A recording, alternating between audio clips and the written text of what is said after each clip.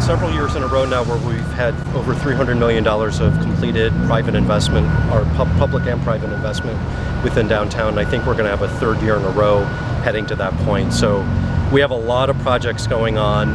There's a lot of development interest within downtown. Most of the investment right now is happening on the residential side, though we do have some office space under construction, but it really is responding to demand.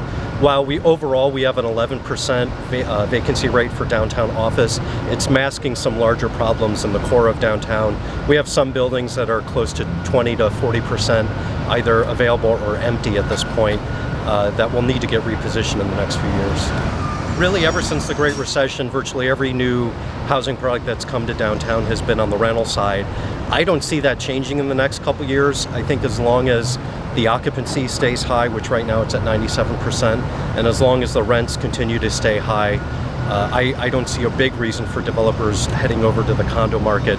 But I think at some point it's going to flip again. Question is it 2 years or 5 years? What's great about the amount of construction that's going on right now is that most of it's private investment.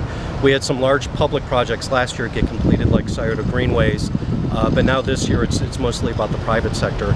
I think in coming years we have about $1.2 billion worth of projects that are proposed, but a good portion of that is the redo of the highway for 70 and 71. So that's going to be mostly a public investment that happens in the next several years.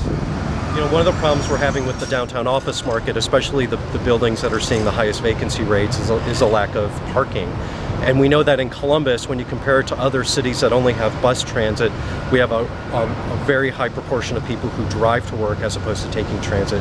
And we think there's a lot of movement to shift even just a small portion of people over to transit would free up a lot more parking, which would then enable a lot of these office buildings to fill to almost complete occupancy.